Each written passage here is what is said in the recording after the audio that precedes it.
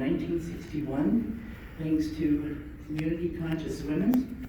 And in 1972, we opened membership to men as well, and students can join the league for free. Our forums are always nonpartisan, meaning we cannot support or oppose any candidates or political parties. We believe each citizen has the right to vote. It is our mission to help voters make informed choices. The league focuses on issues decided upon by members, and then we express our views on our website, which is lwvuv.org.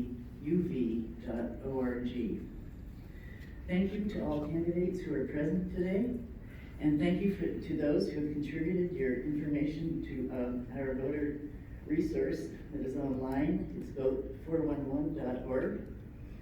And this is another way to get your information out to the public and to help voters find that information. A couple of housekeeping points. You know where the restrooms are, outside in the lobby on the right. We had a table for information about the league. The water fountains out there. Masks are available. And also COVID tests, I understand, are here, free for you to take, 1 or 2, depending upon how many you need. And now I have the honor of introducing Jenny Carloni, League Voter Service Chair, and she is going to be our moderator this evening. Thank you.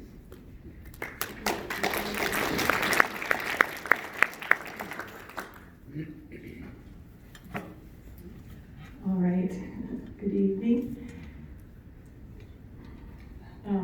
Just to make sure everyone is aware, this event is being recorded and it will be available on our website for viewing in a couple of days. Douglas County has 3 county commissioners serving in 3 distinctly numbered positions, although all positions represent the entire county at large. We seated the candidates seeking the same position near each other to help you better understand your choices. So for position 1, you see Marcus Black and Tom Kress. For position 2, Brandy Stone, Tim Freeman, and Valin Curry. For position 3, Bev Ashton, Mike Ruley, Chris Boyce, and we're missing Ashley Hicks, and 2 other candidates, Deuce Bond and Diana Fletcher, were unable to join in with us this evening. Each candidate will make a 1-minute opening statement, and then we'll ask a series of questions with a 1-minute response limit from each person. Candidates will also have a chance at the end to make a 1-minute closing statement. League members are available to carry your written questions up to the front. Just hold them in the air, and please keep them pertinent and courteous. We're going to begin with the person who drew the star, and that is Mike Ruley. So Mike, go ahead and take a minute to tell us about why you are running. Tell us your opening statement. How many minutes? A 1 minute for an opening statement, please. And please all watch Julie in the front. She'll be our timer. Okay, it's working.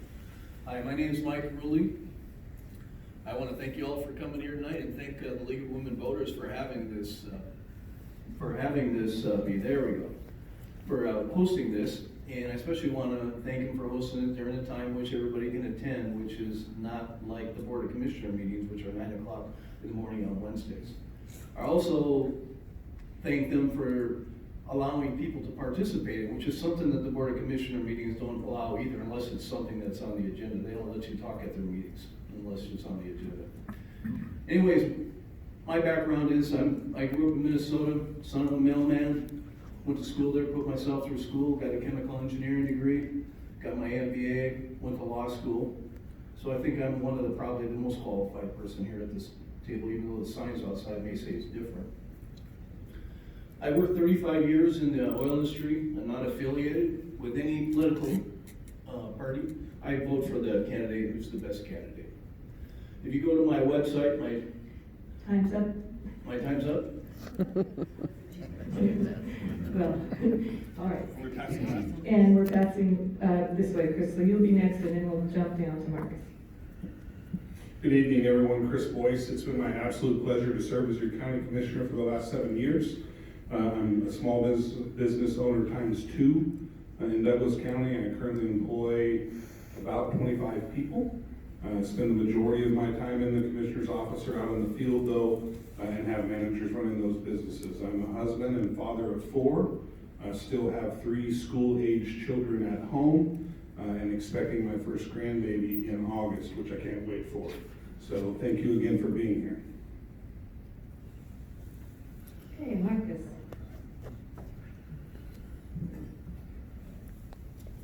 And if that's not on yet, please push the little red button at the bottom, and Melinda, that middle one, you push the very bottom. Yes. It's on.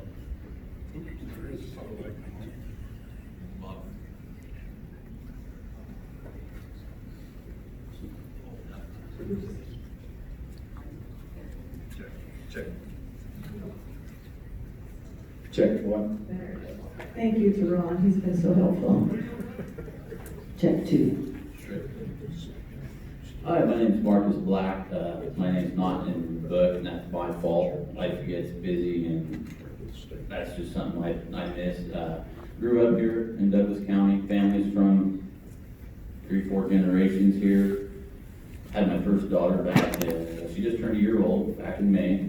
But anyways, so I see Douglas County as a terrific opportunity to do something special, to actually lead the way in the state. Number one, we have the resource, the timber resource.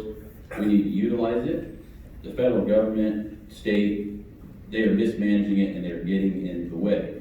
I see the opportunity with the way politics is going in the Green New Deal. We can explore new energy opportunities to create more streams of revenue, create jobs, and start pushing new innovation. If Douglas County takes these steps, I believe other counties would get behind this. And as far as I know, and as far as I believe, we can actually change the state for the better. Hi there, my name's Tom Kress. I'm Douglas County Commissioner in position number 1. I was born and raised here, went to high school here. I married my wife here at 41 years. We raised 3 children here. And along the way, we also had small businesses here for the last 38 years. This is a great place to live. I want it to be a great place for my grandkids. That's why I ran for county commissioner. A few years ago, we were looking at a pretty good financial cliff at the county. And I just thought I had to do something about it. I wanted to give back to the county that has been so good to me. So I've worked the last 4 years really hard to try to turn things around, try to make sure we had sheriff patrols, try to make sure all those things that you expect as services go on. So we went from budgeting a $27 million deficit to actually returning money into the general fund. And that's why I am your county commissioner, because I want to continue that work.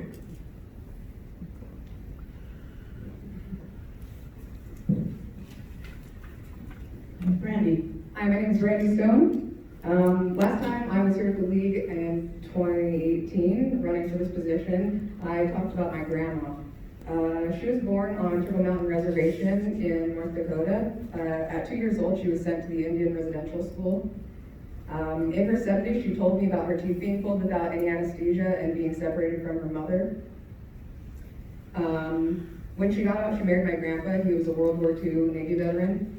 And they moved to Camas, 10 Mile, and built 3 homes. My grandpa raised my dad to be a logger. And so my 3 points that I want to work on are constitutional term limits, campaign finance reform, and voter integrity. Thank you. And Tim. Good evening, everybody. I'm Tim Freeman. I'm your current county commissioner in seat number 2. I want to thank the league for having this event tonight. Through the years of being a legislator and now a county commissioner, I've attended and participated in several events that the league has put on. You guys always do a good job. And I want to personally thank Jenny. She stepped up after the UCC shooting and became part of our CHART, Community Healing and Response team, and did a fantastic job of that work. And I don't know if I've publicly been able to thank you for that, but we really appreciate that. I'm running, again, to be your county commissioner. I grew up here in Douglas County. My wife of 37 years is with me here tonight. Both of my children still live here in the state of Oregon, one in Douglas County. And there's still important work to be done, including all the stuff we've been working on around public safety and some of the illegal drug cartel stuff. And I want to make sure we continue to get a handle on that. So thank you all for being here. I look forward to answering some questions. Hi, I'm Lynn Curry, and I was born in Douglas County in Drain, and I was raised in 10 Mile and Winston, went to school at Douglas, and went to UCC. I studied real estate and computers, did programming, and I am a certified state educator for the realtors for the last 15 years.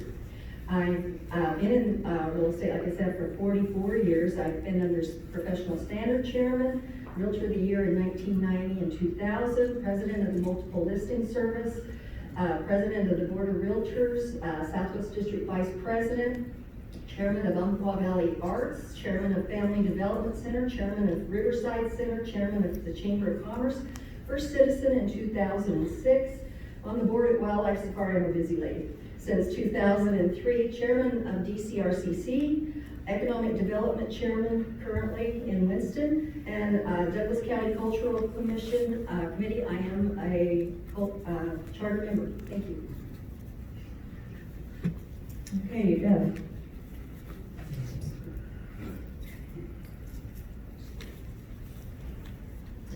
Hi, my name is Bev Ashton. I am a resident and property owner at Camas Valley with my husband. We raise beef cattle, and I have run a small business with him for 28 years while also working outside jobs. I'm a person of strong faith in Jesus Christ.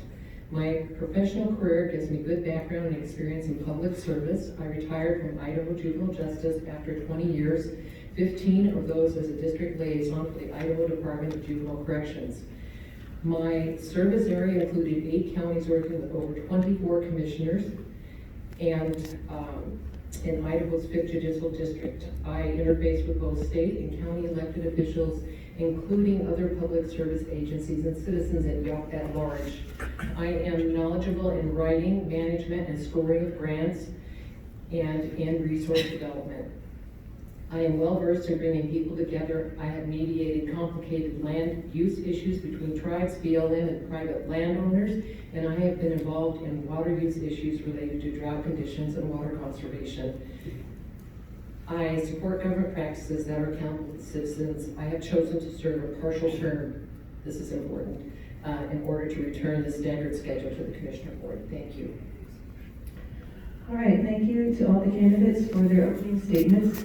And now we'll start with the first question from the audience, and I would remind you, if you do have questions, please write them on a card and hold them up, and they will be delivered to me up here. This question from the audience is, what are your ideas for bringing new jobs and businesses to Douglas County? And we'll start with Chris. So thank you for, I'm not sure if this is working. There we go. So thank you for the question. I'm not sure that I want to bring new jobs and businesses to Douglas County. And let me explain. The current challenge today in economic development for Douglas County is not about job availability. It's actually about filling the available jobs and a shortage in workforce. Every business in Douglas County that I'm aware of today is struggling to find the people that they need in order to fill the jobs that they have open in order to increase their sales and production. We have a workforce problem in Douglas County right now.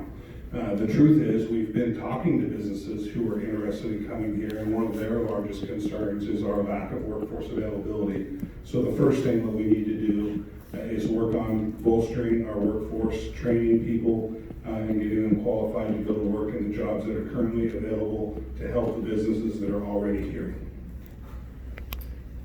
Thank you. And Marcus? I think it's always important still to add jobs. I mean, we can't neglect one thing just to try to, because due to labor shortage, we always need to be looking to add. However, yes, labor shortage is a big issue. Something we need to be doing is we need to start training the younger generation in some way to accept that a blue collar, the hands-on labor job is not demeaning. Going through high school, I mean, graduated maybe, 7 years ago, so I'm young. I have learned that college becomes such a big push that every other trade labor skill gets pushed down and looked down upon.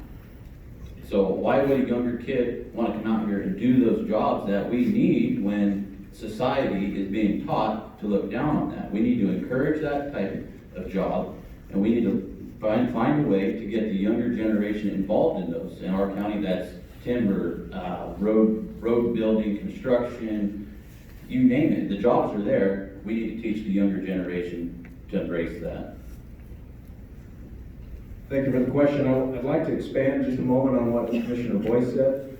I serve on I agree completely with what he said. I sit on a volunteer group of folks that take recruits from the hospital that come in here where they're looking to be oncologists or pulmonologists and something, and I try to encourage them to come and live in our community so we have them at the hospital. But one of the things that we fight here in Douglas County that is hurting that is not only just the labor force, it's affordable housing. We need to work every day to make more affordable housing. We need to expand those opportunities so that people, when they come here and we start out with one of those technical jobs, they can afford to live here, and we don't export our youth to a big city where they've got apartment buildings and jobs that correspond to that. We have to increase our inventory of housing so that we can have the workforce here, so we can attract more industry. Yeah, I definitely agree that housing is a problem. There is not availability for the young people that we have here. And we have a labor shortage in large part due to the drug pandemic, the opioid pandemic that is ripping through my generation. The rates actually skyrocketed through the pandemic. We saw a huge increase in overdose deaths, and Oregon was one of the worst states, trailing behind Alaska. So I think that, as Marcus stated earlier, I think that Oregon really is poised to be a leader in the nation. Right now, we are way in the past, and we need to set a good example. Thank you. So, great question, minute to answer. So a few things we are doing. So we are, at a county level, work very closely with other organizations on this. So building collaborations and trying to make sure we're all pulling on the same end of the rope is very important. So some of those things are working very closely with the community college and finding things that they are working on, and we know there's a demand for jobs. So the truck driving program is a great example of that. Right now, there's many businesses here in Douglas County that would hire truck drivers right now. So we recently were part of a coalition that invested in the truck driving school. Medical professionals coming to our community. So recently, the county was able to partner with Aviva, donate some land that we had for them to help build their new medical residency program. And that's up and running now, bringing doctors and medical people to our community. So finding those partnerships and those collaborations and finding ways to make sure we're all working together is an important part of what the county's role in economic development and job creation is, and workforce creation. I think we need to look to the future and look for ideas that come out and embrace them and encourage them rather than stay in the same rut that we've been in.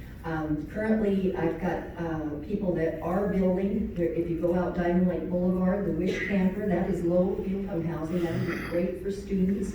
And there's 144 units going in there. On Pomona, they built 76 units, and those were nice units. Those are for moderate income families, and they have another 119 coming online. Another thing we need to do is work on water impoundments.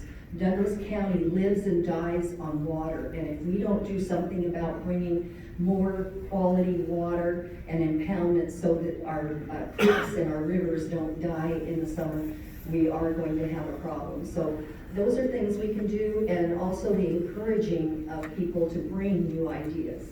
Thank you.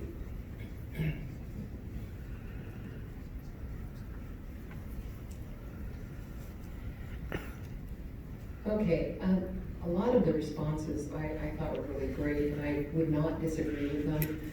I, however, have seen numerous situations where the focus is all on increasing the housing and increasing all of these things, and that's not in and of itself a bad thing, but I would recommend and want to do some strategic planning, evaluating and assessing what are the needs. The needs of Roseburg are far different than the needs of Sutherland. So each and every community, I think, needs to be a part of how that rolls out and how that is planned.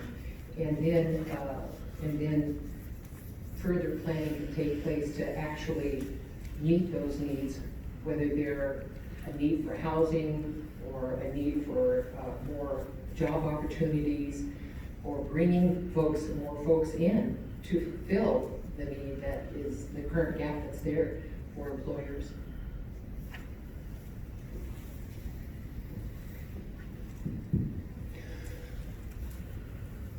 I can understand why the commissioner says they're not really sure if they want to bring people in here, bringing business into here. That's because they want to keep it the way it is and keep giving money to the businesses here, the wealthy businesses here in Douglas County. Just in the last year and a half, they gave them $400,000 of taxpayers' money grant to Douglas Farmers Co-op, gave $330,000 back to a member on the development committee. They've given $202,000 to Lauren Young, $180,000 to Umpqua Valley Transport Center owned by a trucking company in Glendale, $60,000 to Speedway LLC owned by Howard Huffman. These are all wealthy people getting our tax money issued to them from our development advisory board from the commissioners oversee, the Commissioner Boyce oversees. So I can see why they don't want to really expand out. They want to be able to keep giving money to the wealthy people that are here in this county. I just totally disagree. I think we have to decide who we want to develop and then bring people in from outside. Thank you. Okay, thank you everyone for your responses to that question. This next question is also related to money, which has come up. Since the Board of Commissioners decided to stop funding the libraries, many of the county's smaller libraries have struggled to remain open. Recently, the board promised $85,800 to be shared by 11 libraries. Would you support an ongoing, continually reliable source of funding to the libraries? Marcus? That's a tough question. I want to say that came up, the commissioners themselves, if I recall, did not deny the money. In fact, that went to the vote, and the voters said no more. So to put the pressure on the commissioners, I think they're doing what the voter asked them to do at that point. And I think if you're going to be in public office, you're going to do what the voter asked. That's your job, is to represent the people. If the people said, we do not want to fund the libraries anymore, whether I agree with it or not, then I represent you. So, okay, I will do that. That is what the people of Douglas County asked. So, you know, the voters asked for it. The commissioners who gave it, yes, they did give a grant. I would say I would almost consider that going behind the public's back versus what the public had asked for. But that's up to somebody else's opinion at that point. Okay, we can go to Mr. Crest. Tom? So that, it's certainly a different landscape that we have now than we had, a few years ago when this happened. And one of the differences is there is some specific pots of money that libraries can account for. And when we can tap into that and help some of these at some level, I think we should. But if you're talking about, are we going to not have safe, maintained roads? Are we not going to fix bridges? Are we not going to have 24-hour sheriff patrols? I think those have, the public in their vote has clearly, made it clear that is a more important issue. So where we can take advantage of some of the opportunities out there at the federal level to help supplant some of these libraries, I think we should. But on an ongoing basis, we've got to commit to the basic services that everybody comes to expect from their government, and that's first and foremost. Okay, so I think that there would be tons of funding for all the things that we want or don't want if we would reinstate the timber severance harvest tax on Wall Street timber. We need an Oregon First Forest Management Plan. Timber investment companies were a rarity in the 1990s, and they now control a share of the forest land in Western Oregon the size of Delaware and Rhode Island combined. Weyerhaeuser, the largest company, owns more than 1.5 million acres of Oregon's 6.5 million acres of private forest land. Despite its growth, Weyerhaeuser employs only about 950 people, down from the 4,000 it employed in 2006. I am not talking about small private timber owners. I am talking about the big boys, the large Wall Street traded corporations. It was written into our state constitution because timber was always supposed to be part of our economy, but we were supposed to get that severance tax and that property tax so that we could afford things like libraries and infrastructure and repairing roads and public safety. Thank you. So the funding stream that developed and paid for libraries, and this incredible library system we have in Douglas County, more branch libraries than any other county in the state, was the ONC timber receipt funding. That funding has dropped dramatically. So until that's replaced or there is a redo of a management plan that would allow for the harvest to bring the revenue in, the funding for libraries is not nearly what it once was. That being said, like Tom said, there was an opportunity to help the library system a little bit this year, and I first to admit that's a small amount compared to what it once was. But I will tell you, the operation of the libraries today within these communities oftentimes are better than when the county was running them towards the end of the county running them. And the reason I say that is there's much more community ownership in these libraries now because these volunteers, and in a couple cases, small library districts, have that personal ownership in their community library. So they use them a lot more, and I think the system's working pretty well right now. I back the libraries 100%. I need money to build the library over there here in Roseburg. And I've gone to libraries over the years, and young kids that maybe can't afford things, the libraries are a focal point for them to come and to learn. And that's something that our communities, if you go up into the Drain area, that library is the focal point for that community. So I think that we do need to fund our libraries and support them because they are a great place for people to gather and learn. Thank you.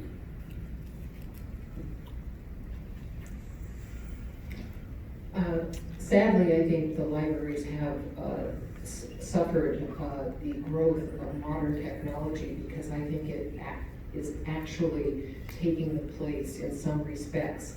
I think libraries are a cherished tradition and resource for all of us, and I would support that. And I would want to find any kind of creative funding that we could come up with. And I would even look at modern technology grants that might be able to slide over to a library that has computers and other technology so that we're looking at every possible resource out there to sustain and maintain our libraries. Thank you.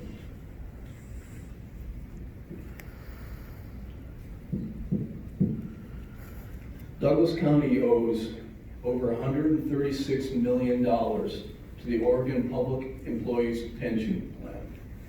That's $1,500 for every single person in Douglas County. And when Commissioner Chris says we have a pot of money, what I want to know is why we're not paying that down. It's increased $8 million a year over each of the last 4 years. We should be using that pot of money to pay down PERS rather than putting it into a library system that voters voted down. Now, the voters would have voted for it, then I would agree with that. But quite frankly, they said no. And on top of that, we're using public money for the library system, and I can't even go in and use the library because I don't live in Roseburg. I have to pay for the library card. I gotta pay to use the books that I already paid for with my tax money and that were given to them. So I understand libraries are very important. God knows I know because I went through college and I had to have libraries my whole life. But there was a reason why they're not in existence today. I don't know why we keep funding it. So thank you for the question. When I became a commissioner, the county was budgeted to spend over $20 million out of reserves, and we had about 3.5 years left before we were gonna be out of money. And we had to take a look at the things that the state said counties had to do as our first priorities, and unfortunately, libraries weren't on that list. But the truth is, the people didn't vote against the libraries. People were supportive of the libraries. I'm supportive of the library. The people voted against the county-wide taxing district. But each community has been given the opportunity by the county to form a library and run it the way that it works for their community, which they've done, and I'm grateful for. I'm also grateful that the DCLA came to us with a reasonable request that we were able to fund, and we couldn't make a long-term commitment because we don't know what next year's budget or the year after that's going to look like yet. But I do think if there's money available for the library, that we should support the libraries through the DCLA and not try to pick and choose which library gets what. Okay, thank you for your responses. There is a question from the audience that I think perhaps Tom or any of the sitting commissioners could answer. I don't know that everyone has to address this, but if others want to, they can. So the question is, and Tom, will you address this first, is why don't we have term limits? We currently don't have term limits because under the state constitution, the qualifications for many elected officials, including county commissioners, are stated as what they are under our constitution. Term limits would provide an additional layer of qualifications, so they're deemed unconstitutional. I mean, that's the simple fact of it. That's why we don't have term limits today. Is there anyone else who wants to address that question? Okay, can I get a brief comment from anybody who wants to do that? Okay, Brandy and then Chris, and then I'll give the next actual more complex question to Tom. Okay, the reason that we don't have term limits is because the incumbent commissioners don't want term limits. Can you speak slower, please? The reason that we don't have term limits is because the incumbent commissioners do not want us to have term limits. It is true that we are currently under statutory rule. In 2017, I, with a group of other citizens, tried to pass a ballot initiative to pass a home constitution or a home rule charter so that we could have constitutional term limits in Douglas County. The commissioners, by proxy, sued the lead petitioners, infringing upon our right to petition, and did a series of things to try and not get it to the ballot. And then when it did get to the ballot, they raised over $1 million or $500,000 to fight it on the ballot. And now they're double speaking, saying that we voted down our own term limits when they are the ones who sabotaged it at every turn. Okay, next. We'll let everyone address.